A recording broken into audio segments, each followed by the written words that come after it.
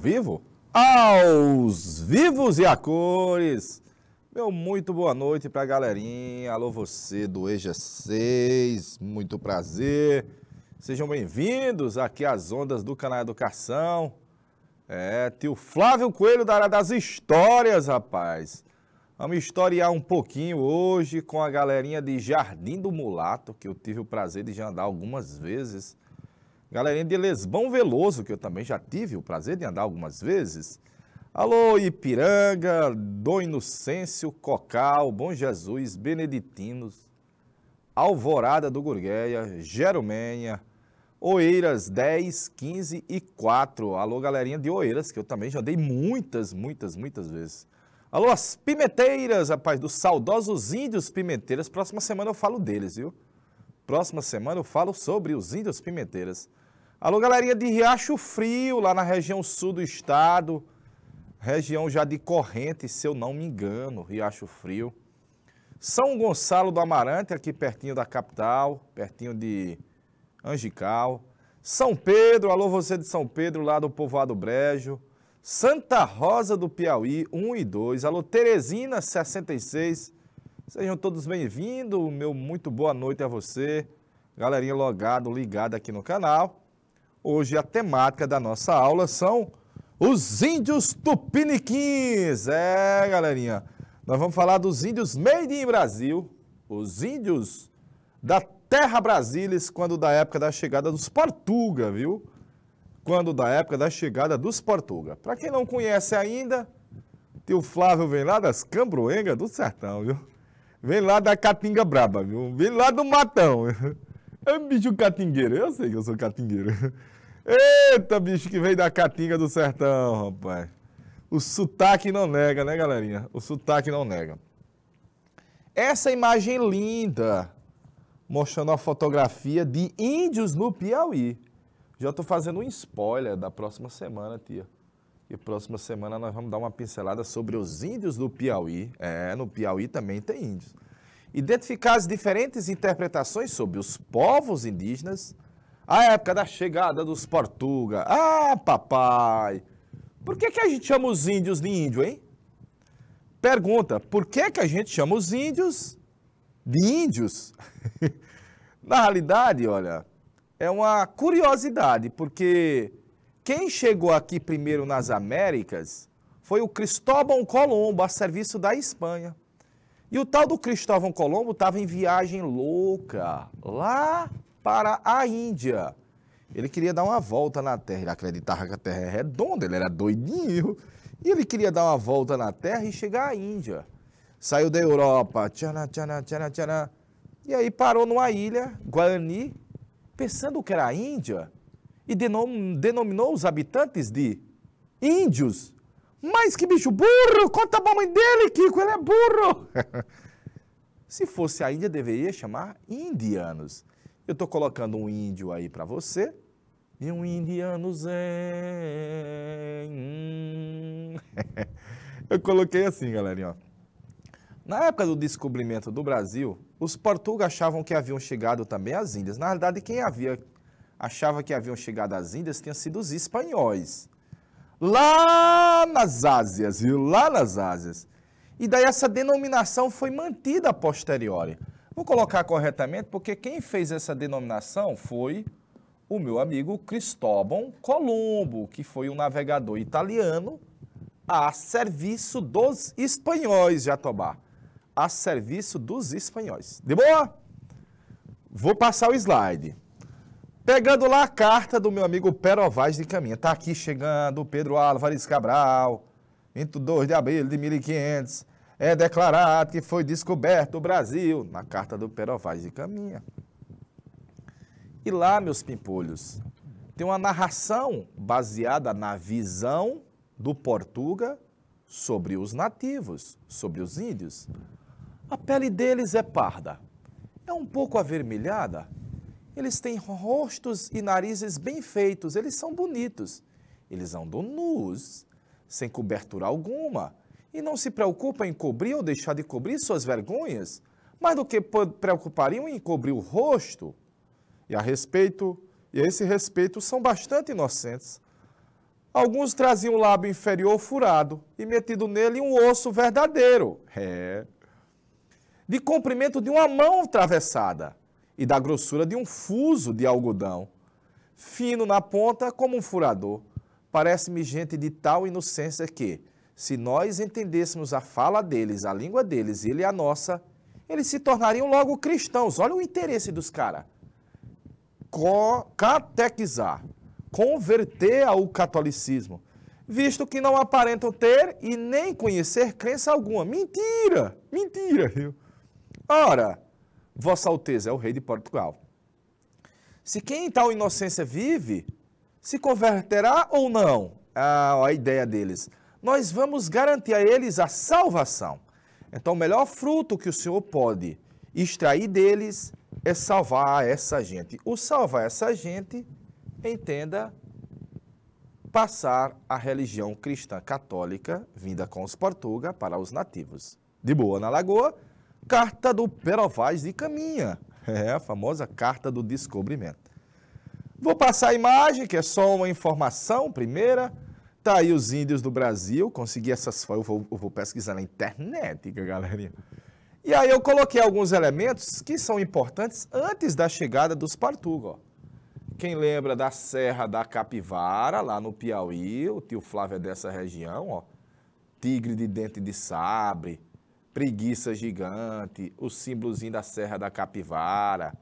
Lá nas Minas Gerais, a famosa Luzia. Olha a famosa Luzia aí, galerinha. Lembra dela? É aquela pré-histórica de feições negroides.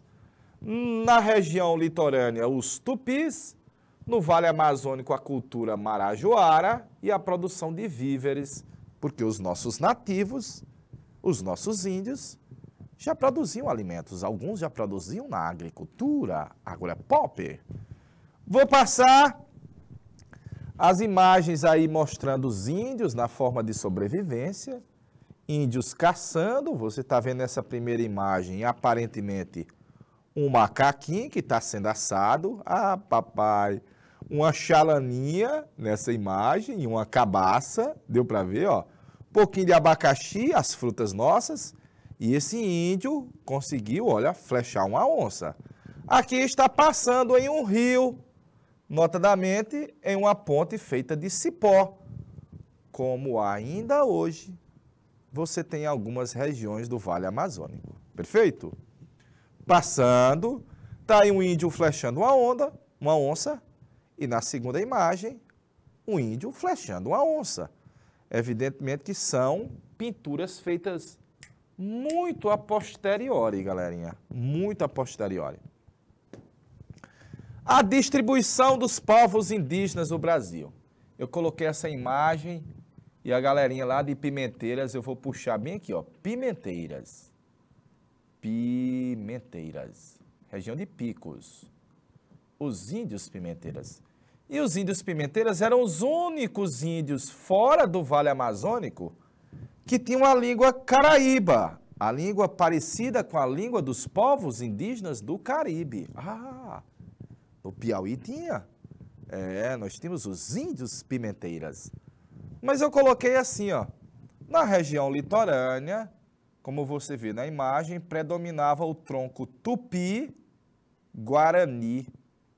que vai ser o primeiro que o Portuga vai defrontar-se, vai buscar entender a língua do índio, vai fazer uma espécie de tradução tupi-português, português-tupi, os padres jesuítas. Aqui são os índios tapuia. Tio, aí tem outro nome. Aí não está lá o nome tapuia. Aqui está o nome G, macro G. São os tapuias, os índios do interior, de língua travada. E por último, no Vale Amazônico, o tronco aruaque. Então, são os 4 troncos principais. Estou dando destaque aí para você ver a grande heterogeneidade, diversidade de línguas, galerinha de Oeiras. De línguas, galerinha de Oeiras. Perfeito? Tá aí. Atualmente o Brasil tem 186 línguas diferentes. Meu Deus! Eu pensei que era só a língua portuguesa. Não, nós temos muitas. Infelizmente, algumas estão em processo de extinção, galerinha. Algumas estão quase em natimorte. Porque quando você tem uma língua que é falada por apenas 4 indivíduos, é muito difícil que ela seja mantida viva, né? Você conseguir reproduzir, alguém aprender, muito difícil. De boa? Aí eu coloquei que outros países da América também têm, claro, uma grande diversidade de línguas. Notadamente o México ainda tem uma grande população de origem indígena. A Venezuela da mesma forma, basta você ver a população. E a Colômbia. Perfeitinho? Alô, galera de Riacho Frio, rapaz. Deixa eu ver o nome da cidade pertinho de Riacho Frio, rapaz. Eu acho que é Parnaguá. Riacho Frio é no caminho de Parnaguá. Pimentelhas é micro-região de Oeiras. Galerinha de Patos. Patos já é no caminho de Petrolina, viu? Caminho de Petrolina.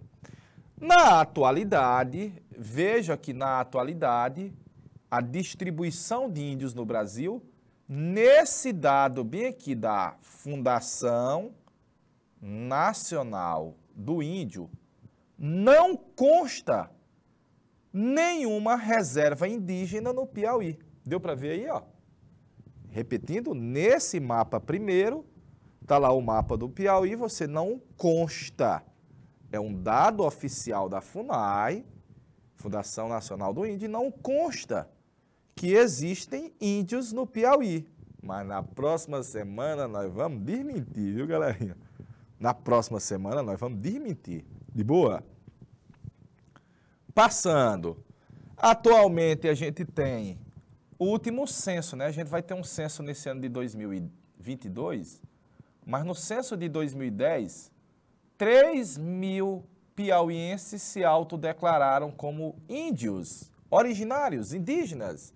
E eu coloquei aqui Teresina, eu coloquei aqui na região de Floriano, na região da divisa com Pernambuco e com a Bahia, e lá na cidade de Piripiri também tem uma quantidade de índios. Bacaninha? O mapa 2... mostra a concentração dos povos indígenas e você percebe que parte considerável dos índios está na região centro-norte do Vale Amazônico para a região central do Brasil. Perfeito? Por hora são informações importantes sobre os povos indígenas no Brasil atual. Pergunta para a galerinha de casa. Alô, Jardim do Mulato, rapaz. Eu conheço Jardim do Mulato. Comi muita galinha em Jardim do Mulato. Lá na casa da dona Vangi, rapaz. Lá na casa da dona Vangi. Alô, Elesbão Veloso. Alô, galerinha de Cocais. Aos vivos, Cocais. Vamos começar, porque nós estamos só fazendo um rodeio, né não? Nós só estamos fazendo uma rodeio. Esse professor não quer ir direto ao ponto, não. Eu coloquei a imagem primeiro para você perceber que nós não somos índios como se os índios fossem todos iguais. E aí você já está vendo uma grande diversidade de arte plumária, de pintura corporal, de adereços, deu para ver os adereços, evidentemente de tatuagens, e de formas de sobrevivência. Nós temos várias formas de sobrevivência dos povos indígenas. E quando o Portuga chegou, talvez fosse uma diversidade muito maior. Mas não dá para a gente estudar cada um a par, galerinha. Não dá para estudar cada um. Então nós vamos fazer um generalization. De novo, nós vamos fazer um generalization, tia. Generalization é assim? Mais ou menos, né? Eita, pai. Nós vamos fazer um geralzão, viu? Um geralzão. Em tempos antigos, homens e mulheres sentavam-se ao redor do fogo para contar suas façanhas diárias. A luta contra o animal feroz, o susto de encontrar um ser na floresta, uma alma, um bicho-papão. Narrar o ocorrido gerava a certeza de um pertencimento ao universo em que vivia. Naquele momento, todos compreendiam que o universo, contemplado nas noites sem lua, era uma infinita teia. Daniel Munduruku, que é um índio, é muito atuante ainda hoje, na região do Vale Amazônico. E eu coloquei esse texto porque quem é do interior meio que herdou essa tradição indígena de estar no terreiro da casa, com a fogueira acesa, quando não havia energia, né? Hoje tem energia em quase todo lugar. Com a fogueira acesa e você contempla o infinito, a teia, o universo. Vem, ó, desde os índios, galerinha, desde os índios. Diferenças culturais, linguísticas, nas formas de organização sociopolítica, nos vários rituais, nas várias crenças de surgimento do mundo, nos mitos, nas habitações, é inenarrável. Por isso que o título é Índios do Brasil. Porque, como você vê, há uma grande diversidade linguística, de sobrevivência, de organização sócio e etc. Deixa eu ver aqui. Alô, Tiracema. Boa noite, Tiracema. Aos vivos, viu, tia? Aos vivos.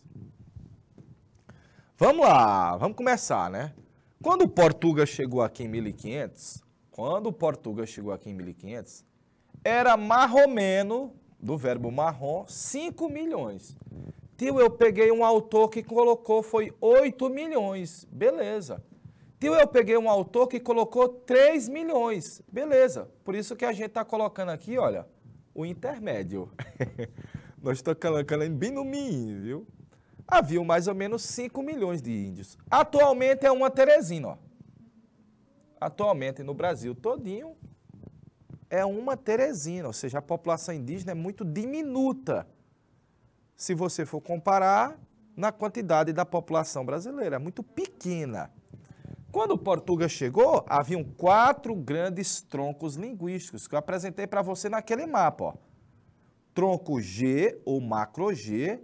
Aqui no Piauí tem muitos lugares chamados tapuia. Lá perto da minha cidade, Coronel José Dias, lá havia o povoado Tapuio. No caminho de São João do Piauí havia o povoado Tapuio. E você tem São Miguel do Tapuio. É a denominação dada aos índios que viviam no interior. Porque no litoral predominava o tronco tupi, ó. Tupiniquim, Tupinambá, Tupiacê, Tupi-Guarani. Tem o que é um tronco linguístico? Pergunta. Pergunta difícil, né? É nada, galerinha. Vou explicitar o que é um tronco linguístico. Voltar aqui, voltar. Oh, derrota, não vai ter nenhum slide mais claro. Tronco linguístico. Os romanos, quando iam falar que uma palavra era verdadeira, eles diziam, é verossímil, tem verossimilhança. Por isso a gente diz hoje é vero. E a língua romana chama-se latim. A língua romana é o latim.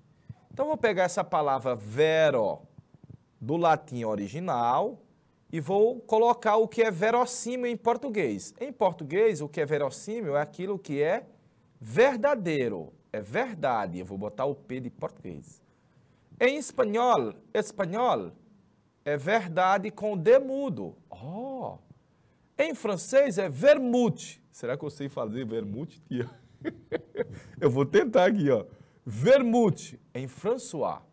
Em italiano é verité. Verité. E em romeno tem mais outro. O que eu quero que você veja aqui. As línguas derivadas do latim, elas herdaram a parte central, o radical da palavra. E o latim é o tronco linguístico que deu origem ao português, ao espanhol, ao François, ao italiano, ao romeno. Esse é o tronco linguístico que deu origem a pelo menos 5 línguas atuais. É o que eu quero que você veja o que é o tronco linguístico. Perfeitinho? Agora eu vou voltar, ó. E você vai ver que quando o Portuga chegou aqui, haviam 4 troncos linguísticos.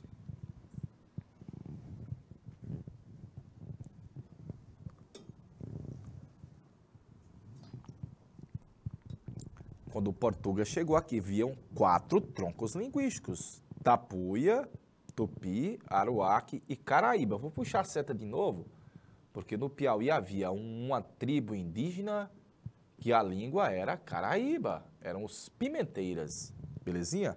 Grande, inenarrável variedade desses elementos que eu lhe citei agora há pouco. Perfeitinho? Para fechar esse slide, essa tela, os índios viviam em ocas ou malocas, né? Às vezes uma maloca compõe uma grande família indígena e as ocas são famílias separadas. E viviam no geral, quem já assistiu o Avatar, viu? O filme Avatar. Quem já assistiu o Avatar, os índios viviam em simbiose com a natureza, em troca com a natureza. Massa, velho. Massa. Vou passar, vá fazendo o print, quem quiser fazer o print. Tio, eu quero ter acesso ao slide. Você depois pode acessar a plataforma do canal Educação e você consegue baixar o slide, inclusive os slides são editáveis. De novo, os slides são editáveis, então os nossos colegas professores, se eles quiserem, eles podem pegar o slide e incrementar mais, né? Deixar ele mais bonito, mais gostoso, a forma que o professor optar por fazer a explicação na sala. Perfeito? Passando, olha aí a diversidade, vou apagar aqui, ó. Aqui é uma índia tupi, aqui é um homem tupi, aqui é um tapuia, aqui é um tapuia. Mas veja que essa imagem já foi feita depois de 150 anos do contato do homem branco com os povos indígenas. Já foi feita nos anos 1600, na verdade foi feita pelos holandeses aí, ó. Mas dá para ver a diferença entre os tapuias e os tupis. Perfeitinho? Vamos mais para frente. Olha aí os índios ainda hoje vivendo em simbiose com a natureza. Eu gostei que o cara botou simbiose verdinho, ó. Simbiose com a natureza, em troca com a natureza. Em troca com a natureza. Olha aí uma maloca, essa primeira imagem, grandona. Aí dá para ficar até 200 pessoas ao mesmo tempo. Mas a única coisa que tem a individual é a rede e a fogueira. Ah, papai! E as outras, as ocas, né? Quem já foi na região amazônica, e aqui nessa região de Teresina também, que tem uma tradição das casas de palha, uma tradição aqui nessa região, as casas terem o telhado de palha, é uma tecnologia, na realidade, indígena, né? É uma herança indígena. Como viviam os índios? Então, eu estou fazendo um generalization, à medida que não dá para a gente estudar todas as sociedades. Seria impossível. Então, nós estamos fazendo, Bom Jesus, uma generalization, tia. Generalization. Eu coloquei assim, ó, os índios viviam de forma coletiva, com o uso comum da terra. Então, por exemplo, o cacique é o chefe da tribo, mas a terra não é dele. Ele está liderando a tribo, mas ele não é dono da tribo e muito menos da terra. Como diziam os antropólogos, seria engraçado um índio querer dizer que a terra era dele, porque não era. A terra é um bem comum e geralmente o trabalho na terra era coletivo. O derrubar a floresta, o caçar, de boa. Notadamente, se não existe, se o trabalho é coletivo e a terra é de uso comum, não há propriedade privada. Então, se não há propriedade privada, não há o rico ou o pobre. Entre os índios não haviam diferenças sociais como a gente tem hoje. Notadamente não havia. Perfeito? Mas eu vou colocar assim, olha. Dentro das tribos indígenas, geralmente havia uma divisão do trabalho. ela era feita por idade e por sexo, mas eu vou colocar por sexo principalmente. Porque geralmente os homens tinham uma função e as lasninas tinham uma outra função. Os homens caçavam, guerreavam e preparavam a terra.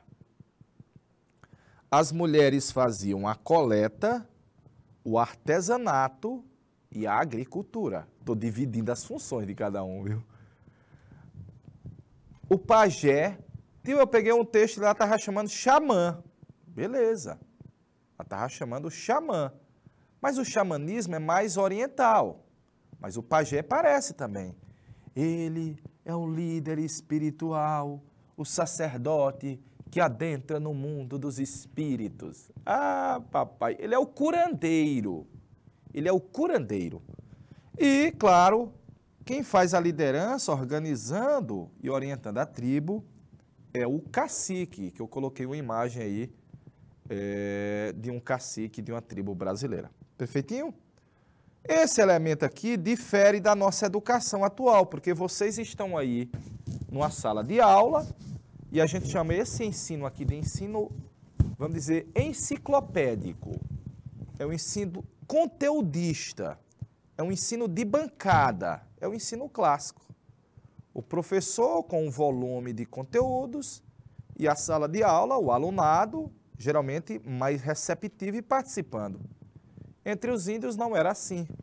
Haja vista, você tem uma importância maior da observância dos mais velhos. De novo, do exemplo dos mais velhos.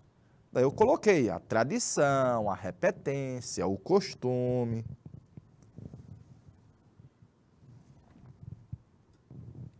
Vamos passar. Tá aí, povos indígenas, aparentemente comendo um tatuzinho, ó. Ah, papai, comendo aqui um animal abatido, galerinha tá no churrasco, foi depois daquele jogo de futebol. Tá aqui seu José Guilherme, ali da cidade de Piripiri, da tribo Itacoatiara. É o índio Tabajara que a gente tem lá na cidade de Piripiri. Piripiri tem uns 400 pessoas reivindicando junto à FUNAI o reconhecimento como tribo indígena, galerinha. Formas de sobrevivência. Haviam povos nômadas, basicamente do extrativismo, e haviam povos semi-sedentários. Tio, por que é que você não colocou logo os sedentários? Porque geralmente quando a terra se esgotava, eles abandonavam a terra. Sem nenhum problema abandonavam a terra. Não havia uma relação íntima, mística com o lugar que nasceu. Às vezes, era preciso procurar um lugar onde a terra fosse mais fértil.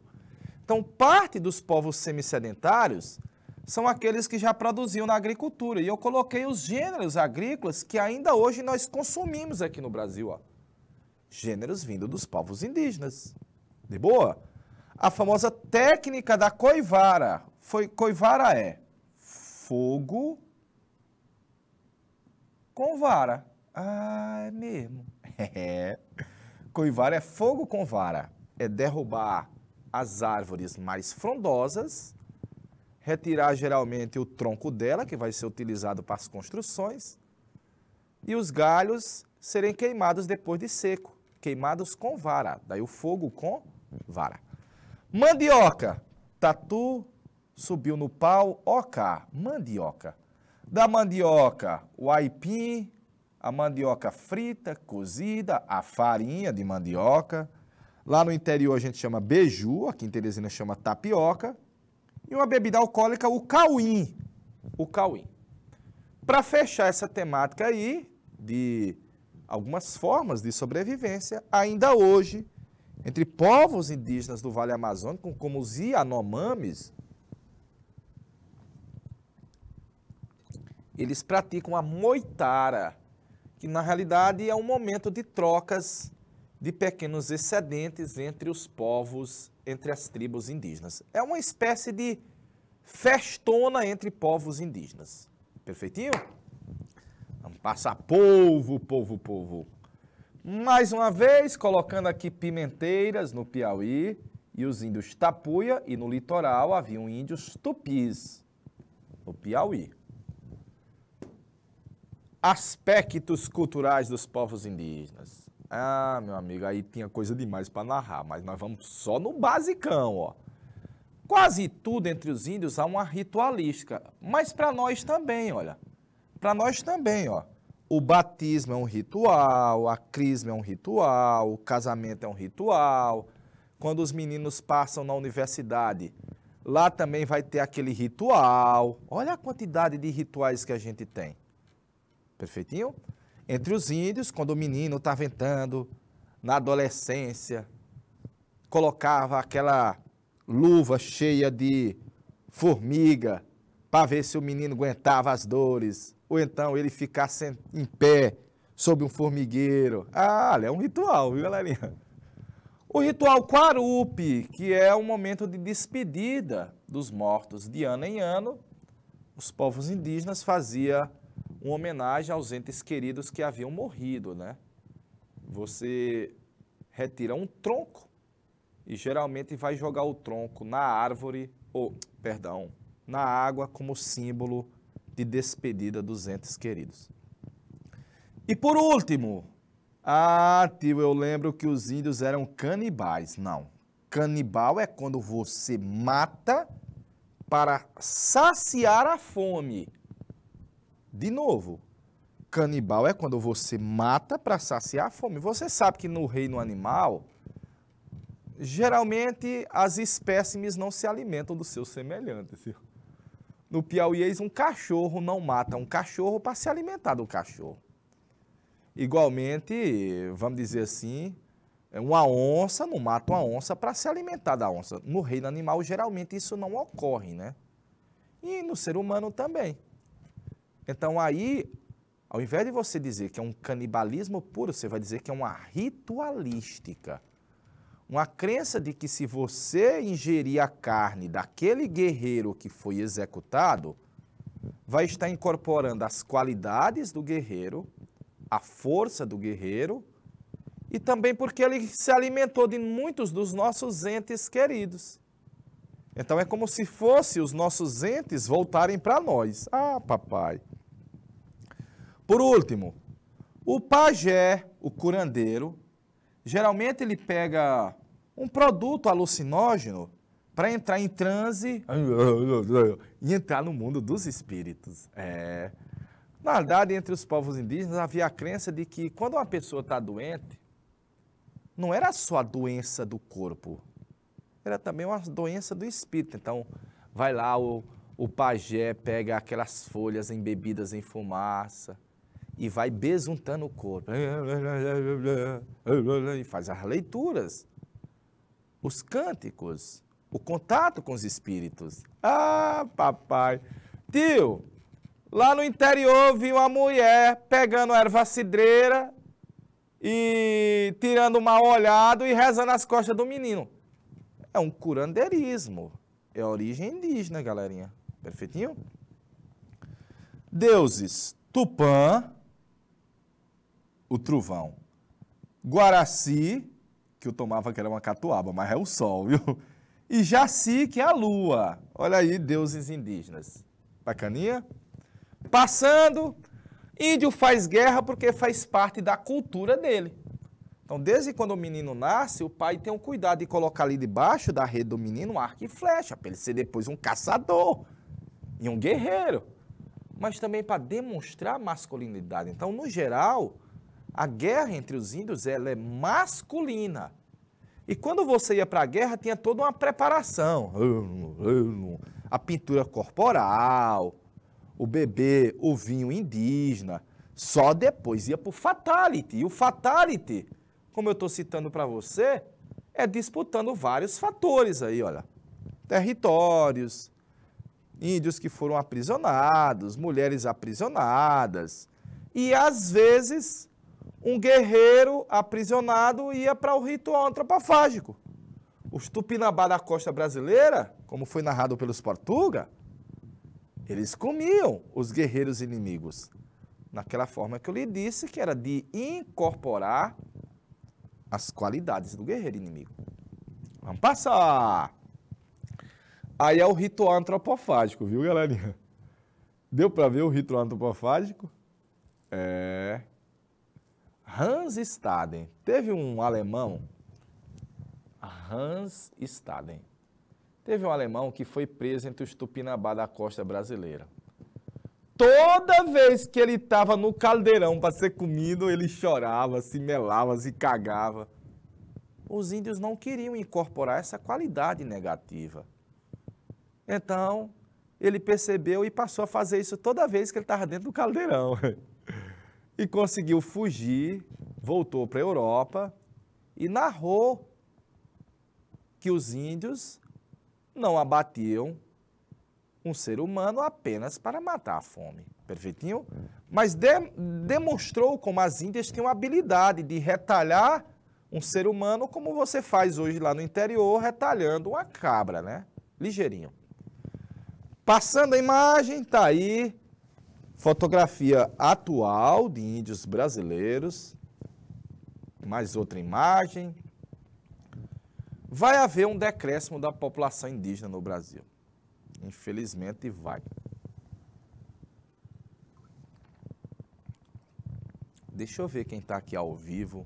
Alvorada, Beneditinos, Bom Jesus, Cocal dos Alves, Elesbão, Ipiranga, Jardim do Mulato, Jerumenha, Oeiras, Pimenteiras, Riacho Frio. Eu acho que eu só não conheço Riacho Frio e Jerumenha e Beneditinos. Não conheço Beneditinos também. Ei, galerinha, vai haver uma grande queda da população indígena? Vai, porque eu lhe disse que eram 5 milhões e hoje é 800 mil. É uma queda muito grande. Vai haver um genocídio, as guerras, a escravidão, a imposição do catolicismo, a tomada de suas terras, as doenças, ainda hoje, as doenças, o avanço do gado, os mineradores, e vários fatores, galerinha. Inenarráveis, vários fatores fizeram com que a população indígena brasileira fosse decaindo, quase foi extinta. Olha que nós tivemos representante do governo que disse assim, ei, a gente devia ter feito igual os Estados Unidos, acabar com os índios como eles fizeram. Olha os famosos bandeirantes paulistas escravizando índios nesse vitral de uma igreja em São Paulo. Por último, a gente vai dizer que vai haver uma devassa, vai passar a régua. As doenças, as guerras, a escravidão, como você está vendo nessa imagem, os índios sendo escoltados, prisioneiros, vão ser escravizados, perfeitinho? Mais outra imagem mostrando os índios realizando o trabalho para uma outra figura, de boa, e é essa queda que eu estou citando para você, ó. Quase desaparece. Da década de 80 para cá, nós tivemos uma recuperação. Então, provavelmente, no censo de 2022, a gente passe da cifra de 1 milhão. Provavelmente, no censo desse ano, a gente passe da cifra de 1 milhão. Mas 1 milhão, galerinha, no cenário da população brasileira, que deve ser de 215 milhões, esse 1 milhão é menos que 0,5% da população brasileira indígena. De novo, menos que 0,5% do povo brasileiro vai se declarar indígena. Perfeitinho? Passando, tá aí a violência contra os povos indígenas, os madeireiros, as chacinas, a ocupação das terras, recentemente esse caso que se tornou internacional. Aí os contatos dos índios com os brancos, nessas imagens, perfeitinho. E nessa charge aí do Gilmar, ele diz, eles estão chegando. Ó céu, ó vida, ó azar. E eles estão chegando e fizeram coisas assim que são inenarráveis, galerinha. Inenarráveis. Passando, mesmo assim nós temos uma gigantesca herança dos índios, que é inenarrável. Hoje eu já citei algumas, né? Que eu citei o curandeirismo, aquelas curandeiras. Eu citei o caba na fogueira lá no terreiro de casa. Olha aí a mandioca, a tapioca. O hábito do banho diário. Ah, papai! Os rios, a denominação dos lugares. Olha aí elementos do cotidiano que também têm origem indígena. E nós, ó, nós. E do tupi quer dizer rio. E piau é um tipo de peixe. Rio dos peixes. Rio dos piaus. Piauí. Ah, papai! E alguns outros. Deixa eu mostrar a imagem. Tá aí herança, o banho diário, ainda bem, né não? Ainda bem, senão, meu amigo, a nhaca era grande. Passando mais, para a gente fechar a nossa temática, para você printar aí a nossa tarefinha proposta para você tentar solucionar. Bacaninha? Deixa eu botar aqui, ó. Tarefinha para casa. Ah, papai! Eita, rapaz! Vou deixar aí na tela para você printar de boa. Lembrar que hoje nós temos ainda uma outra aula, que é a aula de aprofundamento. Eu acho que a temática hoje é Egito. Eu acho que é Egito. E aí, meu lindo, meu Deus, vem cá, vem. Vem cá. Vem cá, vem. Mostra nós grande aí, brother. Mostra nós grande aí, brother. Mostra nós grande aí, ó. I love you. Bota aí, velho. Aqui é meu brother, viu? Aqui é meu brother, viu? Daqui a pouquinho, Já. o mago da história, ou mago da geografia. E o mago da história. Ah, papai, vai lá, velho. Galerinha, ó, cheirinho. Daqui a pouco o mestre Adriano assume o comando aqui com vocês. Grande abraço, cheiro na caixa do Oi e até mais tarde.